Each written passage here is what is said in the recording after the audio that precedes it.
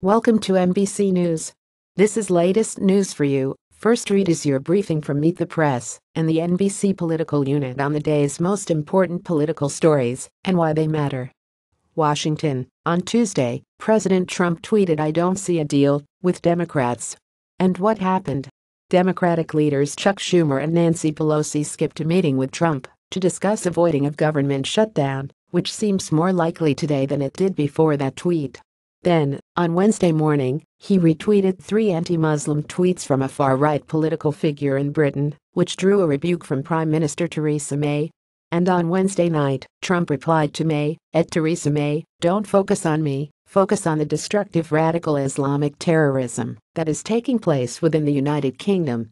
We are doing just fine." Trump's reply to May appeared to make British politicians even angrier this morning.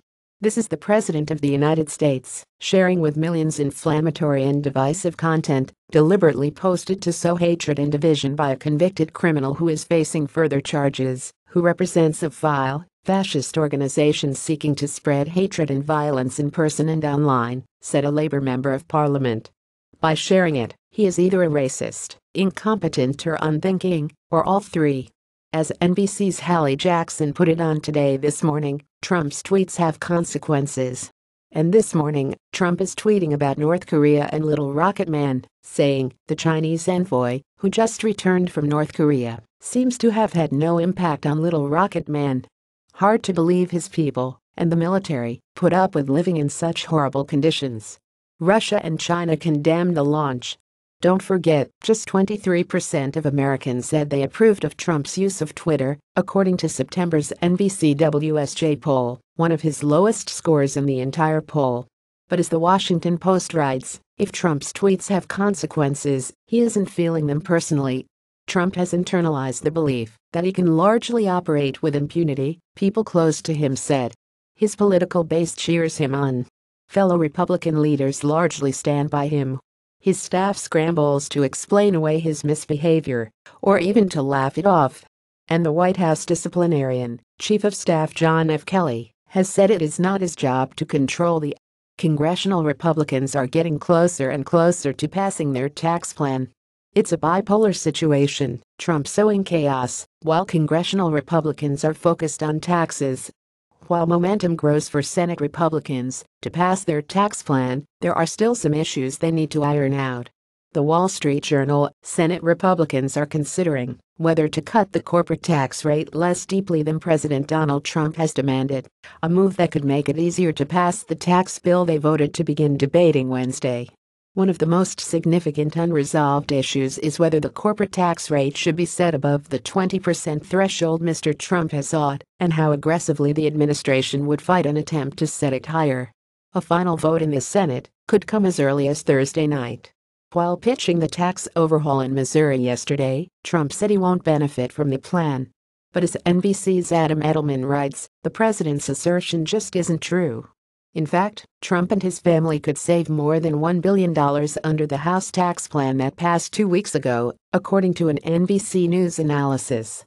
And under the Senate plan, the wealthiest Americans, like Trump, would get nearly 62% of all of its benefits by 2027, while 2/3 of middle-class Americans would face a tax increase, according to the Tax Policy Center, a nonpartisan think tank in. According to the Nonpartisan Congressional Budget Office, the poorest Americans would be worse off under the Senate tax plan because they would no longer receive tax credits under the Affordable Care Act's individual mandate, which the bill would eliminate. On Today This Morning, one of the women accusing Representative John Conyers, D. Michigan, of misconduct publicly spoke out against the congressman. "It was sexual harassment, violating my body.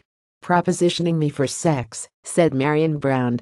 Brown's interview drives home this point. By not forcefully denouncing Conyers, Democrats blew their opportunity for the high ground on sexual harassment and the treatment of women. After Trump and Roy Moore, they had a real opportunity for the high ground here. But they blew it. Some bellicose rhetoric from UN Ambassador Nikki Haley. "We have never sought war with North Korea, and still today we do not seek it," she said at an emergency UN Security Council meeting yesterday, per NBC's Phil Helsel and Abigail Williams.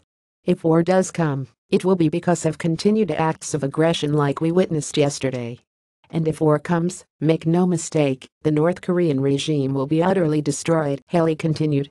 The nations of the world have it within their power to further isolate, diminish, and, God willing, reverse the dangerous course of the North Korean regime.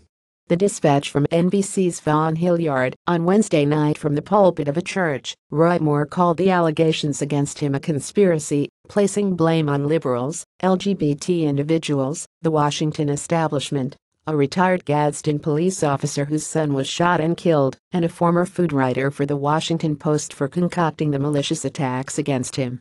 He referred to this collection of conspiratorial entities as the other side with an agenda. He called the allegations a product of simply dirty politics. Now when I say they, who are they? Moore rhetorically asked the gathered congregation of about 100 at Magnolia Springs Baptist Church in Theodore, Alabama. They are liberals, they don't want conservative values. They're the lesbian, gay, bisexual and transgender who want to change our culture. They're socialists who want to change our way of life, putting man above God. They are the Washington. That much among persuadable voters, according to a poll commissioned for Planned Parenthood. For this poll, conducted November 4 to 5 by Clarity Campaign Labs, so before the allegations against Roy Moore first surfaced, 19% of Moore voters said they considered voting for Democrat Doug Jones. And among that persuadable pool of Moore voters, 8% identified abortion as the reason why they ultimately sided against Jones, so less than 1% of the likely voter electorate in the poll. That 8% citing abortion was behind other general dislike, 36%, unsure, 27%, and personal history, 10%. The same poll found 62% of Alabama voters opposing legal abortion, so abortion is definitely an issue in the race. But the poll suggests that it isn't an issue among persuadable voters who might have considered voting for Jones. By the way, the November 4 to 5 poll had Moore leading Jones by 7 points, 45% to 38%.